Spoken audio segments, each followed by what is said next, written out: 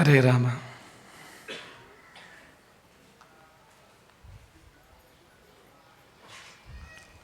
ತಸ್ಯೈ ದಿಶೆ ಸತತಮಂಜಲಿರೇಷ ನಿತ್ಯಂ ಪ್ರಕ್ಷಿಪ್ಯತೆ ಮುಖರಿತಾಲಯುತಪ್ರಸೂನೈಃ ಜಾಗರ್ತಿ ಯತ್ರ ಭಗವಾನ್ ಗುರುಚಕ್ರವರ್ತಿ ಸೃಷ್ಟಿಸ್ಥಿತಿಪ್ರಲಯನಾಟಕ ನಿತ್ಯಸಾಕ್ಷಿ.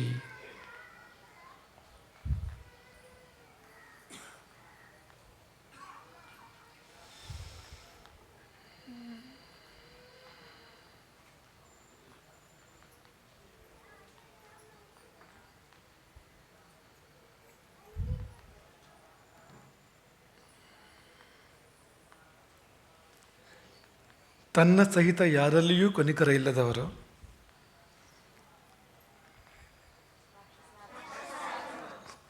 ಕೇವಲ ತನ್ನಲ್ಲಿ ಮಾತ್ರ ಕನಿಕರ ಇರುವವರು, ತನ್ನಲ್ಲಿ ಮತ್ತು ತನ್ನವರಲ್ಲಿ ಮಾತ್ರ ಕನಿಕರವುಳ್ಳವರು, ತನ್ನಲ್ಲಿ ತನ್ನವರಲ್ಲಿ ಮಾತ್ರವಲ್ಲ ತನ್ನವರಲ್ಲದವರಲ್ಲಿಯೂ ಕೂಡ ಕನಿಕರವುಳ್ಳವರು, ಶತ್ರುಗಳಲ್ಲಿಯೂ ಕೂಡ ಅಪಕಾರಿಗಳಲ್ಲಿಯೂ ಕೂಡ ಕನಿಕರವುಳ್ಳವರು. ಈಗ 5 ವರ್ಗವನ್ನು ಮೊನ್ನೆ ನಾವು ನಿರೂಪಣೆ ಮಾಡಿದ್ವು. ಕರುಣೆಯ ಎಲ್ಲಿಂದ ಕರುಣೆ ಪ್ರಾರಂಭ ಆಗ್ತದೆ, ಎಷ್ಟು ಮುಂದುವರಿಬಹುದದು ಅಂತ. ಈಗ ತನ್ನಲ್ಲಿಯೂ ಇಲ್ಲ, ಬೇರೆಯವರಲ್ಲಿಯೂ ಇಲ್ಲ ಕನಿಕರ ಅಂತಂದರೆ ಅವನು ಸಂಪೂರ್ಣ ಕರುಣಾಶೂನ್ಯ ಅಂತ. ಅವನ ಹೃದಯ ಮರುಭೂಮಿಯಲ್ಲಿ ಒಂದು ಅಂಕುರ ಒಡೆದು ಗಿಡ ಮೇಲೆ ಬರಲಿಕ್ಕೆ ಸಾಧ್ಯ ಇದೆಯಾ? ಇಲ್ಲ ನೋಡಿ ಅಂತ. ಹಾಗೆ ಅಂಥದ್ದು ಸುಡುಗಾಡು ಅಂಥ ಹೃದಯ ಅಂತ ಅಂಥವ್ರು ಇರ್ತಾರೆ. ಹಾಗೆ ಸ್ವಲ್ಪವೇ ತನ್ನಲ್ಲಿ ಮಾತ್ರ ಕನಿಕರ, ತನ್ನವರಲ್ಲಿಯೂ ಕನಿಕರ, ತನ್ನವರಲ್ಲದವರಲ್ಲಿಯೂ ಕನಿಕರ, ವೈರಿಗಳಲ್ಲಿಯೂ ಕನಿಕರ ಅಂತ. ಆ ವೈರಿಗಳಲ್ಲಿಯೂ ಕನಿಕರ ಅನ್ನುವಾಗ ಸರ್ವತ್ರ ಕಾರುಣ್ಯ. ಆ ಹೃದಯ ಎಂಥದ್ದು ಅಂದರೆ ಎಲ್ಲರಲ್ಲಿಯೂ ಕೂಡ ಕಾರುಣ್ಯ ಇದೆ, ಎಲ್ಲ ಜೀವಗಳ ಮೇಲೆ ಕಾರುಣ್ಯ ಇದೆ. ಅಲ್ಲಿಗೆ ಬಂದು ತಲುಪುವಾಗ ಅದು ಗುರುವೋ ದೇವರೋ ಆಗಿರಬೇಕು ಹೊರತು ಕೇವಲ ಮಾನವೋತ್ತಮ ಅಂದರೆ ಸಾಲದು ಅಲ್ಲಿ ಅಂತ. ಅದಕ್ಕೆ ಉದಾಹರಣೆಗಳನ್ನು ಕೊಡಲಿಕ್ಕೆ ನಿಮಗೆ ನಾವು ಈ 3-4 ದಿನಗಳ ಹಿಂದೆ ಸೂಚನೆ ಕೊಟ್ಟಿದ್ದು ನಮ್ಮ ಪರಂಪರಾ ಗುರುಕುಲದ ಮಕ್ಕಳಿಗೆ. ಎಲ್ಲ ಮಕ್ಕಳು ತುಂಬ ಉತ್ಸಾಹದಿಂದ ಉದಾಹರಣೆಗಳನ್ನು ಕೊಟ್ಟಿದ್ದಾರೆ. ಹಿರಣ್ಯಕಶಿಪು, ಜರಾಸಂಧ, ಭಸ್ಮಾಸುರ, ಕಂಸ, ನರಕಾಸುರ, ಶಕುನಿ, ಮಂಥರೆ, ಕುಂಭಕರ್ಣ, ಶುಂಭನಿಶುಂಭರು, ಕೈಕೇಯಿ, ಸುಧಾಮ, ಯುಧಿಷ್ಠಿರ, ದಿಲೀಪ, ಪ್ರಹ್ಲಾದ, ಲಕ್ಷ್ಮಣ, ರಾಮ, ರಮಣ ಮಹರ್ಷಿಗಳು, ಶಂಕರಾಚಾರ್ಯರು, ರಾಮಕೃಷ್ಣ ಪರಮಹಂಸರು. ಹೀಗೆ ಈ ನಮ್ಮ ಮಕ್ಕಳು ಕೃತಯುಗದಿಂದ ಶುರು ಮಾಡಿ ಕಲಿಯುಗದವರೆಗೂ ಉದಾಹರಣೆಗಳನ್ನು ಕೊಟ್ಟಿದ್ದಾರೆ. ಹಾಗೆ ಸರಿಹೊಂದುವ ಒಂದೊಂದು ಉದಾಹರಣೆ 1-2 ಉದಾಹರಣೆಗಳು ಕೊಟ್ಕೊಂಡು ಹೋಗೋಣ ಅಂತ ಅಂದ್ಕೊಂಡು ಈ ವಿಷಯವನ್ನು ಮುಕ್ತಾಯ ಮಾಡೋದಕ್ಕಿಂತ ಮುಂಚೆ ಇನ್ನೊಂದು ಬಾರಿ ಅದನ್ನು ಅವಲೋಕನ ಮಾಡ್ಕೊಳ್ಳೋಣ ಅಂತ ಭಾವಿಸ್ತಿದ್ವು. ಈ ತನ್ನ ಸಹಿತ ಯಾರ ಮೇಲೂ ಕನಿಕರ ಇಲ್ಲ ಅಂದರೆ ತನ್ನ ಮೇಲೂ ಕನಿಕರ ಇಲ್ಲ ಅನ್ನೋದಕ್ಕೆ 1-2 ಉದಾಹರಣೆಗಳು. ಇದು ಭಾಳ ಅಪರೂಪ ಇದು. ಯಾಕೆಂದರೆ ಈ ಮನುಷ್ಯ ಹೇಗಿರ್ತಾನೆ ಅಂದರೆ ಯಾರ ಮೇಲೆ ಕನಿಕರ ಇಲ್ಲದೆ ಇದ್ದರೂ ತನ್ನ ಬಗ್ಗೆ ಮಾತ್ರ ಇದ್ದೇ ಇರ್ತದೆ ಅಂತ. ತನಗೆ ತೊಂದರೆ ಆಗಬಾರ್ದು, ತನಗೆ ವೇದನೆ ಆಗಬಾರ್ದು, ತನಗೆ ಕಷ್ಟ ಆಗಬಾರ್ದು ಅಂತ ಯಾರಿಗಿಲ್ಲ ಹೇಳಿ? ಎಲ್ಲರಿಗೂ ಇದೆ. ಅದೇ ಶಾಸ್ತ್ರಗಳು ಹೇಳುವಾಗೆ ಸುಖಂ ಮೇ ಭೂಯಾತ್. ನೆನಪಿದೆಯಾ ಮಕ್ಕಳೇ ಇದು? ಸುಖಂ ಮೇ ಭೂಯಾತ್, ಸುಖ ನನಗಿರಲಿ, ದುಃಖಂ ಮೇ ಮನಾಗಪಿ ಮಾಭೂತ್. ಮನಾಕ್ ಅಂದರೆ ಗೊತ್ತಾ ನಿಮಗೆ? ಸ್ವಲ್ಪ ಚೂರು ಅಂತ, ಅದಕ್ಕೆ ಮನಾಕ್ ಅಂತ. ಮನಾಗಪಿ ಅಂದರೆ ಸ್ವಲ್ಪವಾದರೂ ಕೂಡ ದುಃಖಂ ಮೇ ಮಾಭೂತ್. ಏನಾಗಂದ್ರೆ ನನಗೆ ಸ್ವಲ್ಪ ದುಃಖ ಇರಬಾರ್ದು ಅಂತ ಹಾಗರ್ಥವ? ಜಾಸ್ತಿ ಇರಲಿ ಅಂತ, ಕಿಂಚಿತ್ತಾದರೂ ದುಃಖ ನನಗಾಗಬಾರ್ದು, ಸುಖವಾಗಬೇಕು.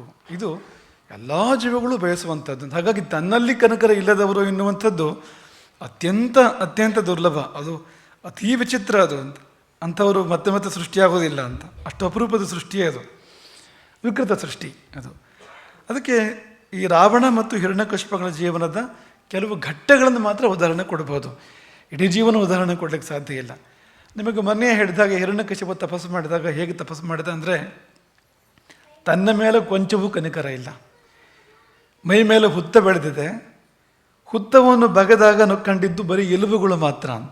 ಹಿರಣ್ಯಕಶಿಪನ ಎಲುಬುಗಳು ಮಾತ್ರ ಉಳಿದಿದ್ದು, ಆದರೆ ಜೀವ ಇತ್ತು. ಯಾಕೆ ಅಂದರೆ ಕೃತಯುಗ ಅದು, ಕೃತಯುಗದಲ್ಲಿ ಅಸ್ಥಿಗತ ಪ್ರಾಣ, ಎಲುಬುಗಳಲ್ಲಿ ಕೂಡ ಜೀವ, ಕೇವಲ ಎಲುಬು ಇದ್ರೂ ಸಾಕು ಜೀವ ಇರ್ತದೆ ಎನ್ನುವಂಥ ಒಂದು ಕಾಲ ಆಗಿದ್ದರಿಂದ ಜೀವ ಇತ್ತು. ಬ್ರಹ್ಮನ ಕಮಂಡಜರದ ಪ್ರೋಕ್ಷಣೆಯಿಂದ ಮತ್ತೆ ಎದ್ದು ಬರ್ತಾನೆ ಹಿರಣ್ಯಕಶಿಪು, ಅದು ಬೇರೆ ಮಾತು. ಆದರೆ ಅಷ್ಟರ ಮಟ್ಟಿಗೆ ತನ್ನ ಮೇಲೆ ಕೂಡ ಕನಿಕರ ಇಲ್ಲ ಅಂತ, ತನ್ನ ಎಲುಬು ಮಾತ್ರ ಉಳಿದ್ರೂ ಕೂಡ ತಪಸ್ಸು ಬಿಡಲಿಲ್ಲ ಅಂದರೆ ಆ ತಪಸ್ಸಿನ ನಿಷ್ಠೆಯನ್ನು ಮೆಚ್ಚಬೇಕು ನಾವು. ಆದರೆ ಕನಿಕರ ಇಲ್ಲದೆ ಇರತಕ್ಕಂಥ ಭಾಗವನ್ನು ಗಮನಿಸಬೇಕು. ಹೋಗಲಿ, ಬೇರೆಯವರ ಮೇಲೆ ಕನಿಕರ ಇದೆ, ತನ್ನ ಮೇಲೆ ಮಾತ್ರ ಇಲ್ಲ ಅನ್ನೋ ದೊಡ್ಡ ಮನುಷ್ಯ ಅವನು. ಇದು ಹಾಗಲ್ಲ, ಬೇರೆಯವರ ಮೇಲೂ ಇಲ್ಲ, ಕೊನೆಗೆ ತನ್ನ ಮೇಲೂ ಇಲ್ಲ. ಈಗ ರಾವಣನ ಬಗ್ಗೆ ಕೂಡ ಇಂಥದ್ದನ್ನೇ ನಾವು ಕಾಣ್ತೇವೆ. ರಾವಣ ತಪಸ್ಸು ಮಾಡುವಾಗ ಏನಾಯಿತು ಗೊತ್ತಿದೆ ಅಲ್ವ ಮಕ್ಕಳೇ ನಿಮಗೆ? 10,000 ವರ್ಷದ ತಪಸ್ಸು. ರಾವಣನಿಗೆ ತಲೆ ಎಷ್ಟು? 10. ತಪಸ್ಸು ಮಾಡಿದ್ದು ಪ್ರತಿ 1,000 ವರ್ಷಕ್ಕೆ ಒಂದು ತಲೆ ಕಡಿದು ಹಾಕ್ತಾ ಇದ್ದಂತೆ ಹೋಮಕ್ಕೆ ಅವನು. ಬ್ರಹ್ಮದೇವನಿಗೆ ಸಮರ್ಪಣೆ ಅಂತ. 10,000 ವರ್ಷಕ್ಕೆ ಒಂದು ತಲೆ. 9,000 ವರ್ಷ ಕಳೆದ ಮೇಲೆ ಎಷ್ಟು ತಲೆ ಉಳಿದಿತ್ತು ಅಲ್ವಾ? ಆ 9,000 ವರ್ಷ ಕಳೆದು 10,000 ವರ್ಷ, 10,000ದ ವರ್ಷ ಅದು ಮುಗಿಯುವಾಗ ಆ ತಲೆಯನ್ನು ಕತ್ತರಿಸಲಿಕ್ಕೆ ಮುಂದಾದಾಗ ಅವನು ಒಂದೇ ಬ್ರಹ್ಮದೇವ ಪ್ರಕಟಾಗಿ ಏನು ಬೇಕು ನಿನಗೆ ಅಂತ ಕೇಳ್ದ ಅಂತ ನಾವು ಕೇಳ್ತೇವೆ. ಹಾಗಾಗಿ ಈ ರೀತಿಯ ಒಂದು, ಅಂದರೆ ತಮ್ಮ ಬಗ್ಗೆನೇ ಒಂದು ಕ್ರೌರ್ಯ ಅಂತ, ಇನ್ನೊಬ್ಬರ ಬಗ್ಗೆ ಆಯ್ತಲ್ಲ, ತಮ್ಮ ಬಗ್ಗೆ ಅಂಥ ಒಂದು ಕಾಠಿಣ್ಯ ಅಂತ. ಹಾಗೆಯೇ ಕೊಟ್ಟ ಕೊನೆಯಲ್ಲಿ, ರಾಮಾಯಣ ಯುದ್ಧದ ಕೊಟ್ಟ ಕೊನೆಯಲ್ಲಿ ರಾವಣನ ಪೈಕಿ ಎಲ್ಲರೂ ತೀರಿ ಹೋದ ಮೇಲೆ ಮತ್ತೂ ರಾವಣ ಯುದ್ಧ ಮಾಡ್ತಾನೆ. ಆಗ ಅವನಿಗೆ ಜಯದ ಆಸೆ ಇರಲಿಲ್ಲ. ಆರಂಭದಲ್ಲಿ ಇದ್ದಿರ್ಬೋದು, ಆದರೆ ಕೊಟ್ಟ ಕೊನೆಯಲ್ಲಿ ಕುಂಭಕರ್ಣ ಸತ್ತು ಹೋಗಿದ್ದಾನೆ, ಇಂದ್ರಜಿತುವಿನ ವಧೆ ಆಗಿದೆ, ಪ್ರಹಸ್ತ ಸೇನಾಪತಿ ಇಲ್ಲ, ಆಮೇಲೆ ಧೂಮ್ರಾಕ್ಷ, ಆಕಂಪನ, ವಜ್ರದಂಷ್ಟ್ರ ಇವರೆಲ್ಲ ಸತ್ತೋಗಿದ್ದಾರೆ, ಸೈನ್ಯವು ಬಹುಭಾಗ ಅಳಿದು ಹೋಗಿದೆ. ಕೊಟ್ಟ ಕೊನೆಯಲ್ಲಿ ತಾನೇ ಹೊರಟು ಬಂದು ರಾಮನ ಜೊತೆ ಯುದ್ಧ ಮಾಡೋ ಸಂದರ್ಭ ನೋಡಿ. ತನ್ನವರ ಮೇಲೂ ಕನಿಕರ ಇಲ್ಲ, ಅವ್ರನ್ನೆಲ್ಲ ಬಲಿ ಕೊಟ್ಟಿದ್ದಾನೆ, ತನ್ನವರೆಲ್ಲರನ್ನು ಕೂಡ. ತನ್ನ ಮೇಲೂ ಇಲ್ಲ, ಯಾಕೆಂದರೆ ಕೊಟ್ಟ ಕೊನೆಯಲ್ಲಿ ತಾನೇ ಹೋಗುವಾಗ ರಾಮನಿಗೆ ಶರಣಾಗಿದ್ದರೆ ಆಗಲೂ ಬದುಕ್ಬೋದಾಗಿತ್ತು ಅವನು. ಇಲ್ಲ,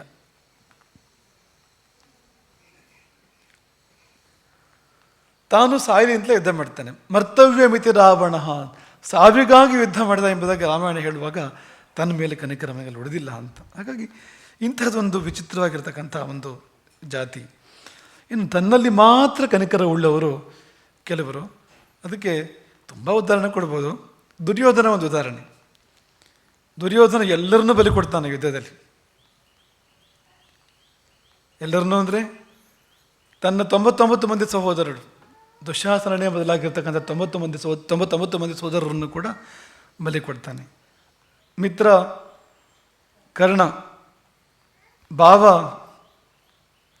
ಜಯದ್ರಥ, ಮಾವ, ಮತ್ತು ಮಾವನ ಗೊತ್ತಿಲ್ವ ನಿಮಗೆ? ದುರ್ಯೋಧನನ ಮಾವನ ಶಕುನಿ ಮಾಮ.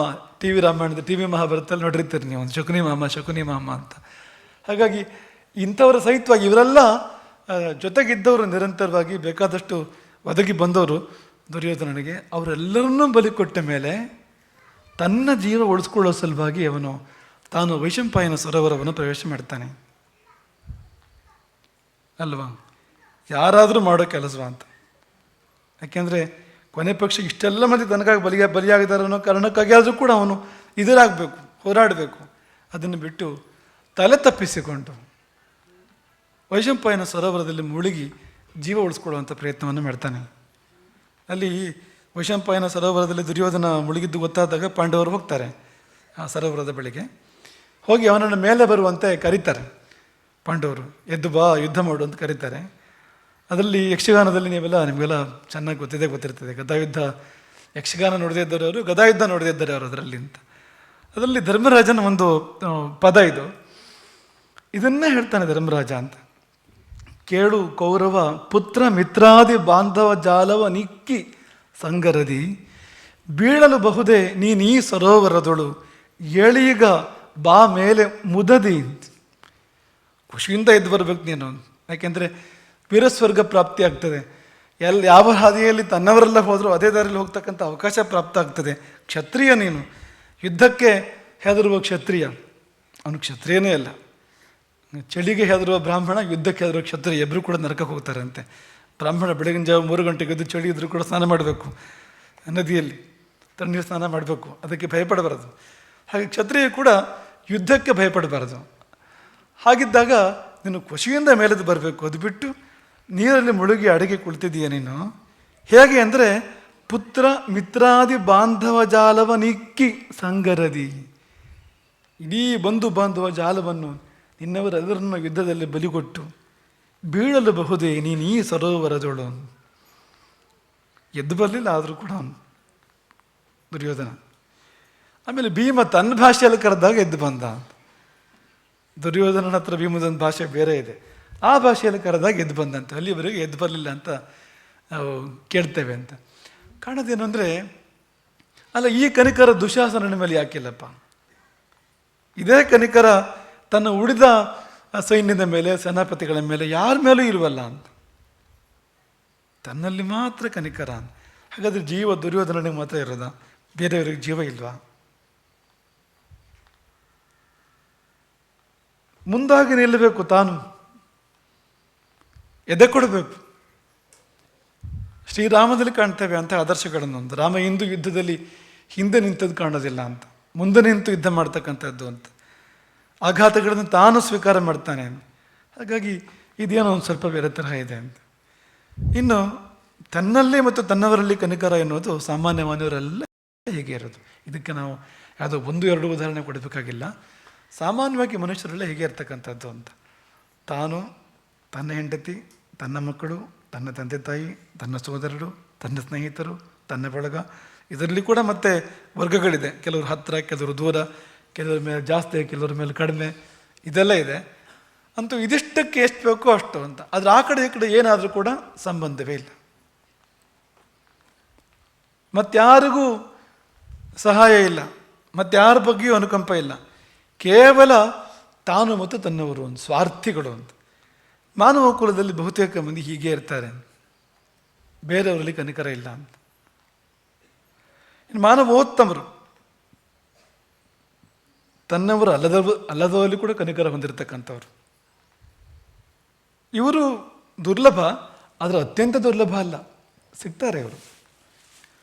ಅನಾಥರಿಗೆ ಅನ್ನ ನೀಡುವವರು, ಆಶ್ರಯ ನೀಡುವವರು ಇರ್ತಾರಲ್ವಾ ಸಮಾಜದ ಮಧ್ಯದಲ್ಲಿ. ಅನಾಥರಿಗೆ ನೆರವಾಗುವವರು, ಯಾರು ಅಪಘಾತಕ್ಕೀಡಾಗಿದ್ದಾರೆ ಅವ್ರನ್ನ ಆಸ್ಪತ್ರೆಗೆ ಕರ್ಕೊಂಡು ಹೋಗೋರು, ಅವ್ರಿಗೆ ಒಳ್ಳೆ ಚಿಕಿತ್ಸೆ ಮಾಡಿಸೋರು, ನೆರವಾಗೋರು. ಅಂಥ ಕಾರ್ಯಗಳಿದ್ದಾಗ ಸಮಾಜದಲ್ಲಿ ಯಾರೋ ದುಃಖಿತರಿಗೆ, ದೀನರಿಗೆ, ಯಾರೋ ದುರ್ಬಲರಿಗೆ, ಸಂಕಷ್ಟಕ್ಕೊಳಗಾದವರಿಗೆ ಸಹಾಯ ಮಾಡಬೇಕು ಅನ್ನುವಾಗ ಭಾಳ ಖುಷಿಯಿಂದ ಮುಂದೆ ಬರತಕ್ಕಂಥವ್ರು ಇವತ್ತಿಗೂ ಸಮಾಜದಲ್ಲಿ ಭಾಳ ಮಂದಿ ಇದ್ದಾರೆ. ಅವರು ಬರೇ ಮನುಷ್ಯರಲ್ಲ, ಮನುಷ್ಯರಲ್ಲೇ ಉತ್ತಮರು ಅವರು ಅಂತ. 2 ವರ್ಗ ಮಾಡೋದಾದರೆ ಅವರು ಒಂದು ಮೆಟ್ಟಲು ಮೇಲಿದ್ದಾರೆ ಸಾಮಾನ್ಯ ಮನುಷ್ಯರಿಗಿಂತ ಅಂತ. ಅದೊಂದು ದೈವಿ ಗುಣ. ತನ್ನವರು ಅಲ್ಲದವರಿಗೂ ಕೂಡ. ನಾವು ಮೊನ್ನೆ ಹೇಳಿದಾಗೆ ಯಾವುದೊಂದು ಪಕ್ಷಿಗೆ ತೊಂದರೆ ಆಗಿದೆ, ಯಾವುದೊಂದು ಪ್ರಾಣಿಗೆ ತೊಂದರೆ ಆಗಿದೆ, ಹೋಗಿ ಸಹಾಯ ಮಾಡ್ತಾರೆ. ಅದಕ್ಕೂ ಕೂಡ ಮಾನವೋತ್ತಮರು. ಈ ಕೊನೆಯದು ಬಹಳ ಅಪರೂಪ. ಯಾವುದು? ಶತ್ರುವತ್ಸಲರು. ನೋಡಿ, ಪುತ್ರವತ್ಸಲರಿದ್ದಾರೆ. ಧೃತರಾಷ್ಟ್ರ, ಅವನಿಗೆ ಹೊರಗಣ್ಣೂ ಕುರುಡು, ಮಮತೆಯಿಂದಾಗಿ ಒಳಗಣ್ಣು ಕೂಡ ಕುರುಡು ಅಂತ. ತನ್ನ ಮಕ್ಕಳು ಮಾಡುವ ಅನ್ಯಾಯಗಳು ಅವನ ಕಣ್ಣಿಗೆ ಕಾಣಿಸೋದೇ ಇಲ್ಲ. ಹಾಗಾಗಿ ಧೃತರಾಷ್ಟ್ರ ಪ್ರೇಮ ಅಂತಲೇ ಹೆಸರು ಬಂದ್ಬಿಡ್ತು ಅಂತ. ಅಂಥವರು ಅಂತ ಪುತ್ರವತ್ಸಲರು. ಇನ್ನು ಮಿತ್ರವತ್ಸಲರು, ತಮ್ಮ ಮಿತ್ರರ ಮೇಲೆ ಪ್ರೀತಿ ಇದೆ ಅವರಿಗೆ. ಭೃತ್ಯವತ್ಸಲರು, ತಮ್ಮ ಸೇವಕರ ಮೇಲೆ, ಆಳುಕೊಳಗಳ ಮೇಲೆ ಕನಿಕರ ಪ್ರೀತಿ ಇದೆ ಅವರಿಗೆ. ಭೃತ್ಯವತ್ಸಲರು ಇವರೆಲ್ಲ ಉಂಟು. ಪುತ್ರವತ್ಸಲರುಂಟು, ಮಿತ್ರವತ್ಸಲರುಂಟು, ಭೃತ್ಯವತ್ಸಲರುಂಟು, ಆದರೆ ಶತ್ರುವತ್ಸಲರಿಲ್ಲ. ಶತ್ರುಗಳ ಮೇಲೆ ವಾತ್ಸಲ್ಯ, ಶತ್ರುಗಳ ಮೇಲೆ ಕಾರುಣ್ಯ, ಇಂಥವರು ಎಣಿಸಿದರೆ ಕೋಟಿಗೊಬ್ಬರು. ಅತ್ಯಂತ ದುರ್ಲಭ. ಶತ್ರು ಅಂದರೆ ರಕ್ತ ಕುದೀತದೆ, ನಮಗೆ ಮುಷ್ಟಿ ಬಿಗಿ ಆಗ್ತದೆ ಅಲ್ವಾ. ಕೊನೆ ಪಕ್ಷ ಅವನಿಗೆ ನಾವು ಕೆಟ್ಟದ್ದು ಮಾಡದೇ ಇದ್ರೂ ಒಳ್ಳೆಯದಂತೂ ಹಾರೈಸೋದಿಲ್ಲ ಯಾವ ಕಾರಣಕ್ಕೂ. ಆದರೆ ರಾಮನಲ್ಲಿ ನಾವು ಅಂಥದ್ದನ್ನು ನಾವು ಹೆಜ್ಜೆ ಹೆಜ್ಜೆಗೂ ಕಾಣ್ತೇವೆ. ತುಂಬ ಉದಾಹರಣೆಗಳನ್ನು ಕೊಡ್ಬೋದು. ರಾಮ ತನ್ನವರಲ್ಲಿ ಕನಿಕರ ಅಥವಾ ತನ್ನವರಲ್ಲದವರಲ್ಲಿ ಕನಿಕರ, ಇದನ್ನೆಲ್ಲ ಬೇಕಾದಷ್ಟು ಉದಾಹರಣೆಗಳು ಕೊಡ್ಬೋದು ಇದಕ್ಕೆ. ಆದರೆ ವೈರಗಳಲ್ಲಿಯೂ ಕನಿಕರದ ಉದಾಹರಣೆ ಕೂಡ, ಅಪಕಾರಿಗಳಲ್ಲಿ ಕನಿಕರವನ್ನು ತೋರಿಸಿದ್ದನ್ನು ಉದಾಹರಣೆಗಳನ್ನು ಅನೇಕ ಕೊಡ್ಬೋದು. ಉದಾಹರಣೆಗೆ ಕೈಕೇಯಿ, ರಾಮನ ಸ್ಥಾನದಲ್ಲಿ ನೀವಿದ್ದರೆ ಕೈಕೇಯಿಯನ್ನು ಸುಮ್ಮನೆ ಬಿಡ್ತಾ ಇದ್ರ? ಹೇಳಿ. ಕೈಕೇಯಿಗೆ ಕೌಸಲ್ಯಕ್ಕಿಂತ ಜಾಸ್ತಿ ಪ್ರೀತಿಯನ್ನು ಕೊಟ್ಟವನು ರಾಮ. ಅಂಥವನಿಗೆ ಕೈಕೇಯಿ ಎಂಥ ದ್ರೋಹ ಮಾಡಿದ್ಲು. ಇನ್ನೇನು ಪಟ್ಟ ಏರೋ ಹೊತ್ತಲ್ಲಿ ಬೆಟ್ಟ ಏರುವಂತೆ ಮಾಡಿದ್ನಲ್ವ. ರಾಜ್ಯಭ್ರಂಶ, ತಂದೆ ತಾಯಿ ಅಣ್ಣ ತಮ್ಮಂದಿರು ಬಂಧು ಬಾಂಧವರು ಸ್ನೇಹಿತರು ಎಲ್ಲರಿಂದ ದೂರ, ಕಾಡು ಪಾಲಾಗಿರ್ತಕ್ಕಂಥದ್ದು. ಅಂಥ ರಾಜವೈಭವದಲ್ಲಿದ್ದವನು. ಎಂಥ ಕಷ್ಟ, ಮತ್ತು ಎಲ್ಲರಿಗೂ ಗೋಳು, ಎಲ್ಲರ ಕಣ್ಣಲ್ಲಿಯೂ ನೀರು.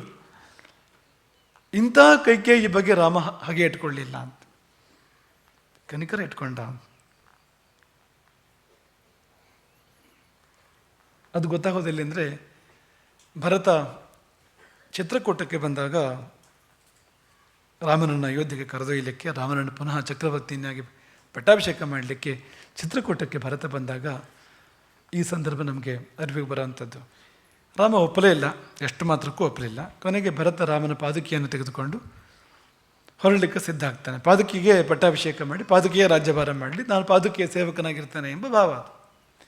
ಹೊರಡುವ ಹೊತ್ತಿನಲ್ಲಿ ರಾಮ ಭರತನನ್ನು ಕರೆದು ಹೇಳಿದ್ದೇನೆ, ನಿನ್ನ ತಾಯಿ ಕೈಕೇಯಿ ಮೇಲೆ ಕೋಪಿಸಿಕೊಳ್ಳಬೇಡ, ಕೆಡುನುಡಿಗಳನ್ನು ಆಡಬೇಡ, ಆಕೆಯನ್ನು ನೋಯಿಸಬೇಡ. ನನ್ನ ಪಾದದ ಮೇಲೆ ಆಣೆ, ಸೀತೆಯ ಪಾದದ ಮೇಲೆ ಆಣೆ, ನನ್ನ ಸೀತೆಯ ಪಾದಗಳ ಮೇಲೆ ಆಣೆ. ನೀನು ಊರಿಗೆ ಹೋದವನು ಕೈಕೇಯಿ ಮೇಲೆ ಕೋಪಿಸಿಕೊಳ್ಳಬಾರ್ದು, ಕೈಕೇಯಿಗೆ ಕೆಟ್ಟ ಮಾತುಗಳನ್ನು ಆಡಬಾರ್ದು, ಅವಮಾನ ಮಾಡಬಾರ್ದು, ನೋಯಿಸಬಾರ್ದು. ಎಷ್ಟು ದೊಡ್ಡ ಹೃದಯ ಇರಬೇಕು. ಕಾರುಣ್ಯ ಅಂದರೆ ಇದು ಅಂತ. ರಾಮನ ಕಣ್ಮುಂದೆ ಇದೆ ಈಗ ಏನಾಗ್ಬೋದು ಅಂತ, ಅಯೋಧ್ಯೆಗೆ ಹೋದ ನಂತರ ಭರತ ಕೈಕೇಯಿಯನ್ನು ಹೇಗೆ ನಡೆಸ್ಕೊಳ್ಬೋದು ಅಂತ. ಅಷ್ಟು ಕೋಪ ಇದೆ ಭರತನಿಗೆ ಕೈಕೇಯಿ ಮೇಲೆ.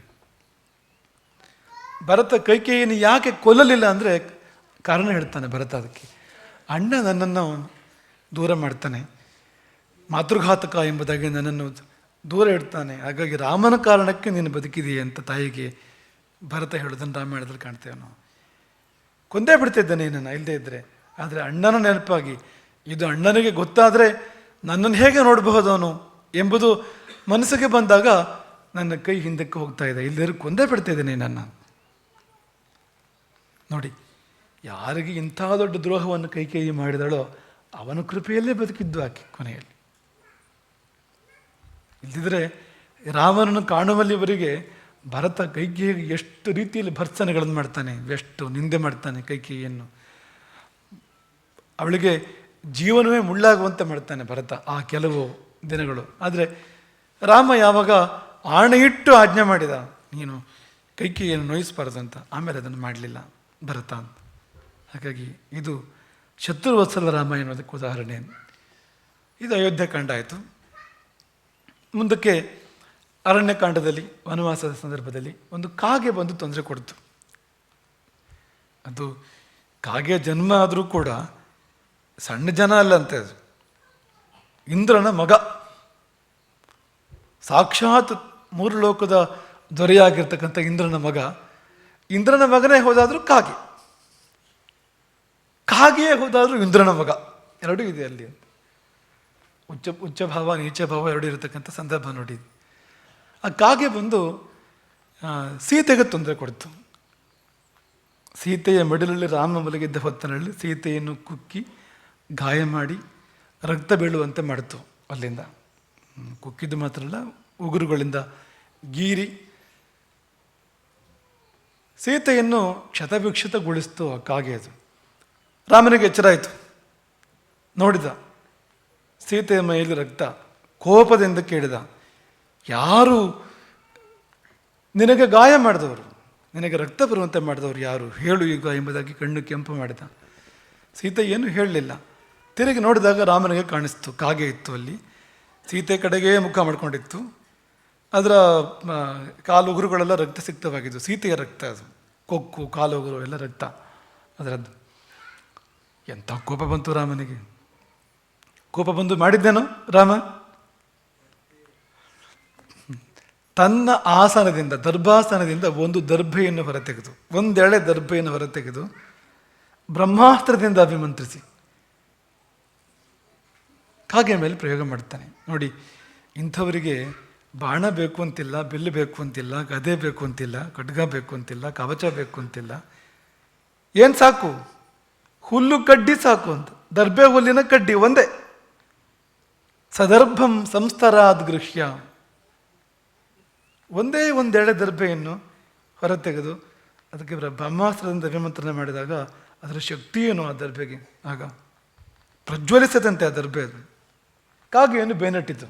ಶಕ್ತಿ ಎಷ್ಟು ಅಂದರೆ ಆ ಕಾಗೆ 3 ಲೋಕವನ್ನು ಸಂಚಾರ ಮಾಡ್ತದೆ. ಬ್ರಹ್ಮಾಸ್ತ್ರದಿಂದ ತಪ್ಪಿಸ್ಕೊಳ್ಳೋ ಸಲುವಾಗಿ ಸ್ವರ್ಗ, ಮರ್ತ್ಯ, ಪಾತಾಳಗಳಲ್ಲಿ ಎಲ್ಲ ಕಡೆ ಎಲ್ಲೆಲ್ಲಿ ಹೋದರೂ ಬ್ರಹ್ಮಾಸ್ತ್ರ ಬೇನಟ್ಕೊಂಡು ಬರ್ತಾ ಇದೆ. ಎಂತೆಂಥವ್ರಿಗೆ ಶರಣಾಯಿತು ಅದು ಕಾಗೆ, ರಕ್ಷಣೆ ಮಾಡಿ ಅಂತ. ಯಾರಿಗೂ ರಕ್ಷಣೆ ಕೊಡೋಕ್ಕೆ ಸಾಧ್ಯ ಆಗಲಿಲ್ಲ. ಕೊನೆಗೆ ಇಂದ್ರನಿಗೆ ಶರಣಾಯಿತು, ತನ್ನ ಅಪ್ಪನಿಗೆ. ಅಪ್ಪ ಏನಾದ್ರು ಮಾಡಿ ಜೀವ ಉಳಿಸು ನಂದು. ಇಲ್ಲ, ಇದನ್ನು ಯಾರು ಪ್ರಯೋಗ ಮಾಡಿದ್ರು ಅಲ್ಲೇ ಹೋಗಬೇಕು ಹೊರತು ಇನ್ಯಾರೂ ಕಾಪಾಡೋಕ್ಕೆ ಸಾಧ್ಯ ಇಲ್ಲ. ಕೊಟ್ಟ ಕೊನೆಯಲ್ಲಿ ಬಂದು ರಾಮನ ಕಾಲಿಗೆ ಬಿತ್ತು. ಆ ಕಾಗೆಯನ್ನು ರಾಮ ಕೃಪೆಯ ಪರ್ಯಪಾಲಯಿತು, ಕಾಗೆಯನ್ನು ಕಾಪಾಡ್ತಾನೆ, ಕಾಗೆ ಜೀವವನ್ನು ಉಳಿಸ್ತಾನೆ. ಹೇಳ್ತಾನೆ, ನೀನು ಜೀವ ಉಳಿಬೇಕು ಅಂದ್ರೆ ಮತ್ತೆ ಏನಾದ್ರು ಕೊಡಬೇಕಾಗ್ತದೆ. ನೀನು, ನಾನು ಹೇಳೋದಿಲ್ಲ, ನೀನೇ ಹೇಳು ಏನು ಕೊಡ್ತೀಯ ಅಂತ. ಅದು ಕೊಟ್ಟು ನೀನು ಬದುಕ್ಬೋದು ಅಂತ ಅಂದಾಗ ಒಂದು ಕಣ್ಣು ಕೊಡ್ತಂತೆ ಕಾಗೆ. ಹಾಗಾಗಿ ಬ್ರಹ್ಮಾಸ್ತ್ರವು ಕಾಗೆಯ ಜೀವ ತಗೊಂಡು ಹೋಗುವಂಥದ್ದು ಬರೀ ಒಂದು ಕಣ್ಣು ತಗೊಂಡು ಹೋಯಿತು, ಒಂದೇ ಕಣ್ಣು. ಅದರಲ್ಲೂ ಕೂಡ ಕಾಗೆ ಬಚಾವಾಯಿತು, ರಾಮನ ಕಾರುಣ್ಯ. ಹಾಗಾಗಿ ಕಾಗೆಗಳು ಈಗಲೂ ಕೂಡ ನೋಡಬೇಕಾದ್ರೆ ಹೀಗೆ ನೋಡ್ತವೆ. ನೋಡಿ, ಹೀಗೆ ಮಾಡಿ ಕೊಕ್ಕನ್ನು ತಲೆಯನ್ನು ಹೀಗೆ ತಿರುಗಿಸಿ ನೋಡೋದು. ಯಾಕೆಂದರೆ ದೃಷ್ಟಿ ಒಂದೇ ಇರೋದು ಅದರಲ್ಲಿ. ಕಣ್ಣಿನ ಗೋಳಕ 2 ಇರ್ಬೋದು, ದೃಷ್ಟಿ ಒಂದೇ. ಈ ಕಡೆ ಕಂಡ್ರೆ ಆ ಕಡೆ ಕಾಣಿಸೋದಿಲ್ಲ, ಆ ಕಡೆ ಕಂಡ್ರೆ ಈ ಕಡೆ ಕಾಣಿಸೋದಿಲ್ಲ. ಹಾಗಾಗಿ ಹೀಗೆ ನೋಡೋದಂತು ಐತಿಹ್ಯ ಅದೆಲ್ಲ. ಹಾಗಾಗಿ ಇದು 2ನೇ ಉದಾಹರಣೆ, ಶತ್ರುವತ್ಸಲ ಅಂತ ಅನ್ನೋದಕ್ಕೆ ಅಂತ. ಮತ್ತೊಂದು ಉದಾಹರಣೆ ರಾವಣನೇ. ಪ್ರಹಸ್ತನ ವಧೆಯ ಬಳಿಕ, ಸೇನಾಪತಿ ಪ್ರಹಸ್ತನ ವಧೆಯ ಬಳಿಕ ಸ್ವಯಂ ರಾವಣನೇ ಯುದ್ಧಕ್ಕೆ ಬಂದಾಗ ಆ ಯುದ್ಧದಲ್ಲಿ ರಾಮನ ವಶವಾಗ್ತಾನೆ ರಾವಣ. ರಾಮನ ಕೋಪಾವೇಶಕ್ಕೆ ತುತ್ತಾಗಿ ತನ್ನ ಸರ್ವಸ್ವವನ್ನು ಕಳೆದುಕೊಂಡು ರಥ, ಕವಚ, ಧನುಸ್ಸು, ಬತ್ತಳಿಕೆ, ಕುದುರೆಗಳು, ಸಾರಥಿ ಎಲ್ಲವನ್ನೂ ಕಳೆದುಕೊಂಡು ಎದ್ದು ನಿಂತುಕೊಳ್ಳುವ ಶಕ್ತಿ ಕೂಡ ಇಲ್ಲದ ಸ್ಥಿತಿಯಲ್ಲಿ ಬಿದ್ದಿರ್ತಾನೆ ರಾವಣ. ರಾಮ ಅವನನ್ನು ಕೊಲ್ಲಲಿಲ್ಲ. ಆ ಸಮಯದಲ್ಲಿ ಕೃಪೆ ಅಂತ, ಹೋಗು, ಈ ಹೊತ್ತಲ್ಲಿ ನಾನು ನಿನ್ನನ್ನು ಕೊಲ್ಲವನಲ್ಲ, ನೀನು ಲಂಕೆಗೆ ಮರಳಿ ಈ ಗಾಯಗಳಿಗೆ ಚಿಕಿತ್ಸೆ ಮಾಡಿಕೊಂಡು ದಣಿವನ್ನು ಆರಿಸಿಕೊಂಡು ಸರಿಯಾಗಿ ಹೊಟ್ಟೆ ಕಡೆ ಎಲ್ಲ ನೋಡಿ ದಣಿವನ್ನು ಆರಿಸ್ಕೊಂಡು ರಾತ್ರಿ ಮಲಗಿ ನಿದ್ದೆ ಮಾಡಿ ಬೆಳಗ್ಗೆ ಎದ್ದು ಹೊಸ ರಥ ಏರಿ ಹೊಸ ಕವಚ ತೊಟ್ಟು ಹೊಸ ಧನುಸ್ಸು ಹಿಡಿದು ಬಾ, ಆಗ ರಾಮನ ಪರಾಕ್ರಮ ಏನು ಅಂತ ನೋಡಿವಿ ಅಂತ. ಇದನ್ನೇನಂತ ಹೇಳ್ತೀರಿ? ಆ ಜಾಗದಲ್ಲಿ ನೀವಿದ್ರೆ ಬಿಡ್ತಾ ಇದ್ರಾ? ಬಿದ್ದಿದ್ದಾನೆ ಕಣ್ಮುಂದೆ. ರಾಮನ ಕೈಯಲ್ಲಿಯೇ ಸೋತು ಸುಣ್ಣವಾಗಿ ರಾಮನ ಮುಂದೆ ಬಿದ್ದಿದ್ದಾನೆ ಧರಾಶಾಹಿಯಾಗಿ. ಕೊಂದು ಬಿಡ್ಬೋದಾಗಿತ್ತಲ್ವಾ? ಶತ್ರುವತ್ಸಲ, ಹೋಗು ಬದುಕು. ಸತ್ತ ಮೇಲೆ ಕೂಡ ಅಂತ, ಸತ್ತ ಮೇಲೆ ವಿಭೀಷಣ ನಾನಿವನು ಅಂತ್ಯ ಸಂಸ್ಕಾರ ಮಾಡೋದೆಲ್ಲ ಪಾಪಿ ಅಂದಾಗ ನಾನು ಮಾಡ್ತೇನೆ ಅಂತ ಬಂದಿದ್ದು ರಾಮ ಅಂತ.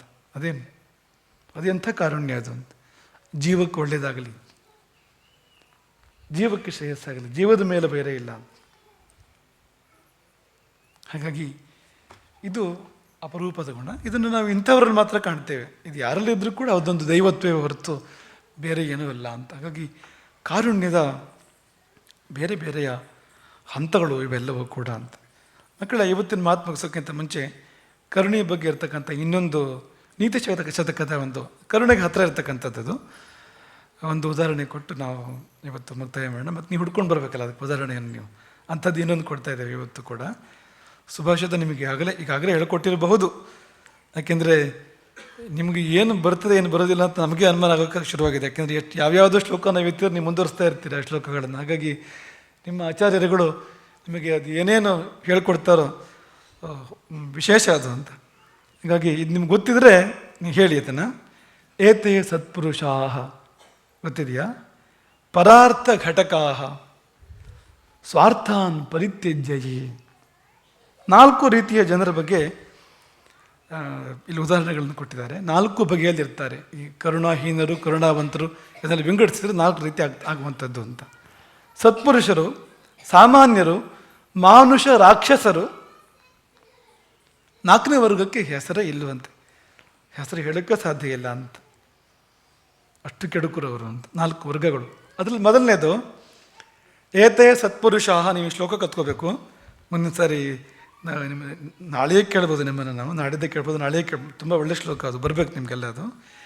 ಏತೇ ಸತ್ಪುರುಷಾಹ. ರಘುನಂದನಾರ್ಯ ಅದಕ್ಕೆ ರಾಗ ಹಾಕ್ಕೊಡ್ಲಿ ನಿಮಗೆ, ಅದನ್ನು ರಾಗದಲ್ಲಿ ಕಲೀರಿ ಅದನ್ನು. ಪರಾರ್ಥ ಘಟಕಾಹ ಸ್ವಾರ್ಥಾನ್ ಪರಿತ್ಯಜ್ಯೈ. ತಮ್ಮ ಸ್ವಾರ್ಥವನ್ನೇ ತ್ಯಾಗ ಮಾಡಿ, ತಮ್ಮ ಸ್ವಾರ್ಥವನ್ನೇ ಬಲಿ ಕೊಟ್ಟು ಇನ್ನೊಬ್ಬರಿಗೆ ಉಪಕಾರ ಮಾಡುವಂಥವ್ರು ಪರಾರ್ಥ ಘಟಕಾಹ. ಪರಾರ್ಥ ಅಂದರೆ ಪರೋಪಕಾರ. ಆ ಪರೋಪಕಾರಕ್ಕೆ ಅಂಗವಾಗ್ತಾರೆ ಅವರು. ಹೇಗೆ ಅಂದರೆ ತಮ್ಮ ಸ್ವಾರ್ಥವನ್ನೇ ಬಲಿಗೊಟ್ಟು. ಇವರು ಸತ್ಪುರುಷರು. ಸಾಮಾನ್ಯರು, ಸಾಮಾನ್ಯಾಸ್ತು ಪರಾರ್ಥ ಮುದ್ಯಮ ಭೃತಃ ಸ್ವಾರ್ಥಾಭಿರೋಧೇನಯೇ. ತಮ್ಮ ಸ್ವಾರ್ಥಕ್ಕೆ ತೊಂದರೆ ಆಗದೇ ಇರೋ ಹಾಗೆ ಪರೋಪಕಾರ ಮಾಡ್ತಾರೆ. ತಮಗೆ ತೊಂದರೆಯಾಗದಂತೆ ಪರೋಪಕಾರ. ಕರುಣೆ ಇದೆ ಬೇರೆಯವರ ಮೇಲೆ, ಆದರೆ ಮೊದಲು ತಮ್ಮ ಸ್ವಾರ್ಥ ನೋಡ್ಕೊಳ್ತಾರೆ, ತೊಂದರೆ ಆಗದೇ ಇದ್ದರೆ ಮಾಡ್ತಾರೆ ಅಂತ. ಇವರು ಸಾಮಾನ್ಯಾಹ ಅಂತ. 3ನೇ ವರ್ಗ ತೇಮಿ ಮಾನುಷ ರಾಕ್ಷಸಾಹ. ಮಾನುಷ ರಾಕ್ಷಸರು ಇವರು. ಯಾರು ಅಂದರೆ ಸ್ವಾರ್ಥಕ್ಕಾಗಿ ಬೇರೆಯವರಿಗೆ ತೊಂದರೆ ಮಾಡ್ತಾರೆ. ಪರಹಿತಂ ಸ್ವಾರ್ಥಾಯ ನಿಘ್ನಂತಿಯೇ. ತಮ್ಮ ಸ್ವಾರ್ಥಕ್ಕಾಗಿ ಬೇರೆಯವರ ಶ್ರೇಯಸ್ಸನ್ನು ಹಾಳು ಮಾಡ್ತಾರೆ. ಇವರು ಮಾನುಷ ರಾಕ್ಷಸರು ಭರ್ತೃಹರಿ ಹೇಳುವಂಥದ್ದು. 4ನೇದು ಏತುಘ್ನಂತಿ ನಿರರ್ಥಕಂ ಪರಹಿತಂ. ತಮ್ಮ ಸ್ವಾರ್ಥವೂ ಇಲ್ಲ, ಆದರೂ ಬೇರೆಯವರು ತೊಂದರೆ ಮಾಡ್ತಾರೆ. ಅದರಿಂದ ತಮಗೇನು ಒಳ್ಳೆಯದಾಗುವಂಥದ್ದು, ಅನುಕೂಲ ಆಗುವಂಥದ್ದು ಏನೂ ಇಲ್ಲ, ಸುಮ್ಮನೆ ಬೇರೆಯವ್ರಿಗೆ ತೊಂದರೆ ಮಾಡೋದು ಅಂತ. ಇವರು ಯಾರು? ತೇಕೆ ನ ಜಾನೀಮಹೆ. ಇವ್ರಿಗೆ ಹೆಸರಿಡೋಕ್ಕೆ ಸಾಧ್ಯ ಇಲ್ಲ. ಯಾಕೆಂದರೆ ಹೆಸರು ಇಡೋದಕ್ಕೂ ಯೋಗ್ಯರಲ್ಲ ಇವರು ಅಂತ. ಮಾನುಷ ರಾಕ್ಷಸ ಅನ್ನೋದಕ್ಕೂ ಕೂಡ ಯೋಗ್ಯರಲ್ಲ ಅವರು. ತೇಕೆ ನ ಜಾನೀಮಹೆ. ಇವ್ರು ಯಾರು ಗೊತ್ತಿಲ್ಲ, ಹೇಳಲಾರೆ. ಇದಕ್ಕೆ ನಿಮಗೊಂದು ರೊಟ್ಟಿ ಉದಾಹರಣೆ ಕೊಡ್ತೇವೆ. ಈ ಸರ್ತಿ ಮಹಾಪುರುಷರ ಉದಾಹರಣೆ, ಮಹಾಭಾರತದ ಉದಾಹರಣೆ, ಮಹಾಪುರಾಣಗಳ ಉದಾಹರಣೆ ಇವೆಲ್ಲ ಕೊಡೋದಿಲ್ಲ ನಿಮಗೆ. ರೊಟ್ಟಿ ಆಗ್ಬೋದಾ? ರೊಟ್ಟಿ ಜಾಗದಲ್ಲಿ ನೀವು ಏನು ಬೇಕಾದ್ರೆ ಇಟ್ಕೋಬೋದು, ಬೇರೆ ನಿಮಗೆ ಬಿಟ್ಟಿದ್ದು ನೀವೇನು ಇಟ್ಕೋತೀರಿ ಅಂತ. ಸತ್ಪುರುಷರು ಹೇಗಿರ್ತಾರೆ ಅಂದರೆ, ಹಸಿವಾಗಿದೆ, ಕೇಳಿ, ಹಸಿವಾಗಿದೆ, 2 ರೊಟ್ಟಿ ಇದೆ ಕೈಯಲ್ಲಿ, ಹಸಿವಾಗಿದೆ. ಅದೇ ಹೊತ್ತಿಗೆ ಮತ್ತಾರೊಬ್ಬ ಹಸುವನು ಬರ್ತಾನೆ, ತುಂಬ ಹಸಿವಾಗಿದೆ ನನಗೆ, ಊಟ ಆಗಿ 2 ದಿನ ಆಯಿತು ಅಂತ ಯಾರೋ ಬರ್ತಾನೆ. ಇರೋದು 2 ರೊಟ್ಟಿ, ಇಬ್ಬರೂ ಹೊಟ್ಟೆ ತುಂಬಕ್ಕೆ ಸಾಧ್ಯ ಇಲ್ಲ. ತಮ್ಮ ರೊಟ್ಟಿಯನ್ನು ಹಸಿದ್ದವನಿಗೆ ಕೊಟ್ಟು ತಾವು ಉಪವಾಸ ಇರ್ತಾರಲ್ಲ, ಅವರು ಸತ್ಪುರುಷರು ಅಂತ. ಇಂಗ್ಲೀಷಲ್ಲಿ ದೈ ನೀಡ್ ಈಸ್ ಕ್ರಿಯೇಟರ್ ಅನ್ನೋ ಶಬ್ದ ಇದೆ. ದೈ ನೀಡ್ ಈಸ್ ಕ್ರಿಯೇಟರ್. ನಿನ್ನ ನೀಡ್, ನಿನ್ನ ಅಗತ್ಯ ಅದು ದೊಡ್ಡದು ನನ್ನ ಅಗತ್ಯಕ್ಕಿಂತ ಅಂತ. ಆ ಭಾವ ಅದು. ಸಿಡ್ನಿ ಗೊತ್ತಾ ನಿಮಗೆ? ಆಸ್ಟ್ರೇಲಿಯಾದ ಸಿಡ್ನಿ. ರಣದಿ ಬಿದ್ದ ಸೈನ್ಯಪತಿ ಸಿಡ್ನಿ.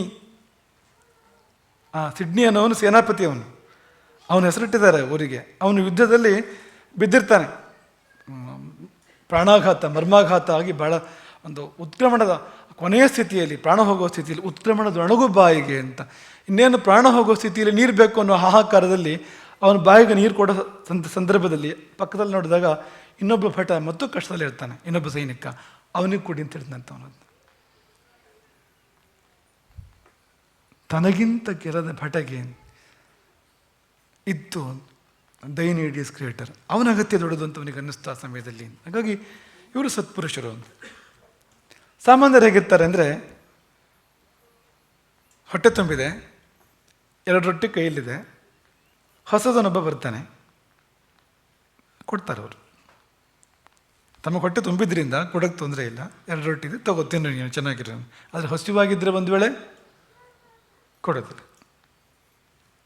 ತಮ್ಮ ಹೊಟ್ಟೆ ತುಂಬಿದ ಮೇಲೆ ಇನ್ನೊಬ್ಬ ಹಸ್ತವನು ಬಂದರೆ ಅವ್ರಿಗೆ 2 ರೊಟ್ಟಿ ಕೊಡ್ತಾರೆ.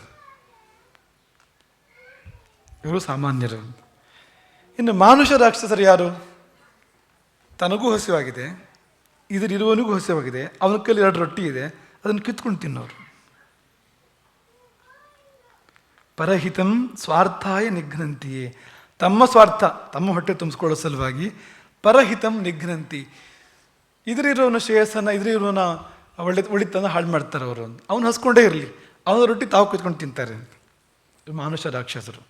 ಅದು 4ನೇ ವರ್ಗ ಇದೆಯಲ್ಲ, ಹೆಸರಿಲ್ಲದ ವರ್ಗ, ಅವ್ರು ಹೇಗಿರ್ತಾರೆ ಗೊತ್ತಾ? ಹೊಟ್ಟೆ ತುಂಬಿದೆ,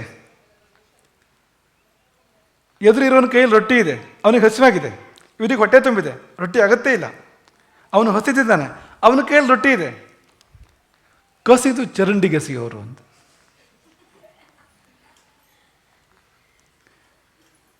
ಇವರು ಎಂಥವ್ರು?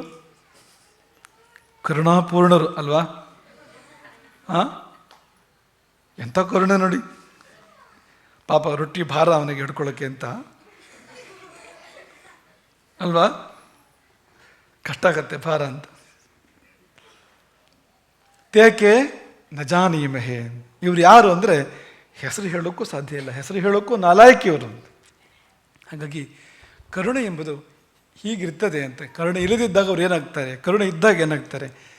ನಾವು ಮಾನುಷ ರಾಕ್ಷಸರಾಗಬೇಕಾ? ಹೆಸರು ಹೇಳೋಕ್ಕೂ ಲಾಯಕ್ಕಲ್ಲ, ಆ ವರ್ಗಕ್ಕೆ ಸೇರಬೇಕಾ ನಾವು? ಅಥವಾ ನಾವು ಸಾಮಾನ್ಯರು ಅಂತ ಅನ್ಸ್ಕೊಳ್ಬೇಕಾ? ನನ್ನ ಹೊಟ್ಟೆ ತುಂಬಿದ್ರು ನಿನಗೆ ರೊಟ್ಟಿ ಅಂತ. ಅಥವಾ ನನಗೆ ಹಸಿವಾಗಿರಲೇಬೇಕಾದ್ರೆ ಅದು ನೀನು ಚೆನ್ನಾಗಿರೋ, ನಿನ್ನ ಹೊಟ್ಟೆ ತುಂಬಿರಲಿ ಅಂತ ಸತ್ಪುರುಷರು ಅಂತ ಅನ್ಸ್ಕೊಳ್ಬೇಕಾ? ನೋಡಿ, ಆಲೋಚನೆ ಮಾಡಿ, ನಾವೆಲ್ಲಿ ಸೇರಬೇಕು ಅಂತ. ನಾವು ಸತ್ಪುರುಷರು ಅಂತ ಅನ್ಸ್ಕೊಳ್ಬೇಕಾದ್ರೆ ತುಂಬ ಕರುಣೆ ಬೇಕು ನಮಗೆ. ಕರುಣೆ ಇದ್ದರೆ ಮಾತ್ರ ನಾವು ಸತ್ಪುರುಷರು ಅಂತ ಅನ್ಸ್ಕೊಳ್ತೇವೆ. ನಾವು ಕರುಣೆ ಅಲ್ಲಿಂದ ಅಲ್ಲಿಗೆ ಸ್ವಲ್ಪ ಮಟ್ಟಿಗಿದೆ ಅಂದರೆ ನಾವು ಸಾಮಾನ್ಯರು ಅಂತ ಅನ್ಸ್ಕೊಳ್ತೇವೆ. ಕರುಣೆ ತುಂಬ ಕಡಿಮೆ ಇದ್ದಾಗ ಮಾನುಷ ರಾಕ್ಷಸರಾಗ್ತೇವೆ ನಾವು. ಕರುಣೆಯೇ ಇಲ್ಲದೆ ಇದ್ದಾಗ ತೇಕೆ ನಜಾನೀಮಹೆ, ಹೆಸರು ಹೇಳೋದಕ್ಕೂ ಲಾಯಕ್ಕಲ್ಲ ಅನ್ನೋ ಅಂತ ತೆಗೆದು ಹಾಕಿದ ವರ್ಗಕ್ಕೆ ನಾವು ಸೇರ್ತೇವೆ ಅಂತ. ಹಾಗಾಗಿ ಇದಕ್ಕಾಗಿ ನಾವು ಕರುಣೆಯನ್ನು ನಾವು ತುಂಬಿಕೊಳ್ಬೇಕು ನಮ್ಮಲ್ಲಿ ಅಂತ. ರಾಮಾಯಣದಲ್ಲಿ ಒಂದು ಉದಾಹರಣೆ ಇದೆ ರಾಕ್ಷಸರ ಬಗ್ಗೆ. ಹನುಮಂತ ಹೇಳೋ ಮಾತು ಹಿಂಸಾಭಿರುಚಯ ಅಂತ. ಗೊತ್ತಾ ನಿಮಗೆ ಹೀಗಂದ್ರೆ ಏನು ಅಂತ? ಹಿಂಸೆಯೇ ಅಭಿರುಚಿ ಅಂತೆ ರಾಕ್ಷಸರಿಗೆ ಅಂತ. ಒಂದು ಖುಷಿ ಹಿಂಸೆ ಮಾಡಿದರೆ ಅಂತ. ಅಕಾರಣವಾಗಿ ಹಿಂಸೆ ಮಾಡ್ತಾರೆ, ಯಾಕೆಂದರೆ ಹಿಂಸೆಯ ಆನಂದ ಅಂತ, ವಿಕೃತವಾದ ಆನಂದ ಅದು ಅಂತ. ಹಾಗಾಗಿ ಅಂಥ ವರ್ಗಕ್ಕೆ ನಾವು ಸೇರಬಾರ್ದು. ಇನ್ನೊಬ್ಬರನ್ನು ನೋಯಿಸಿ ನಾವು ಖುಷಿ ಪಡಬಾರ್ದು. ಇನ್ನೊಬ್ಬರು ನೋವಿಗೆ ನಾವು ನೋಯಬೇಕು, ಇನ್ನೊಬ್ಬರು ನೋವಿಗೆ ನಾವು ಕಣ್ಣೀರಿಡಬೇಕು. ಅದಕ್ಕೆ ಮರುಕ ಅಂತ ಹೆಸರು, ಅದಕ್ಕೆ ಕರುಣೆ ಅಂತ ಹೆಸರು. ಅದು ಹೊರತು ಇನ್ನೊಬ್ಬರ ಕಣ್ಣೀರಿಗೆ ನಾವು ಕಾರಣ ಆಗಬಾರ್ದು.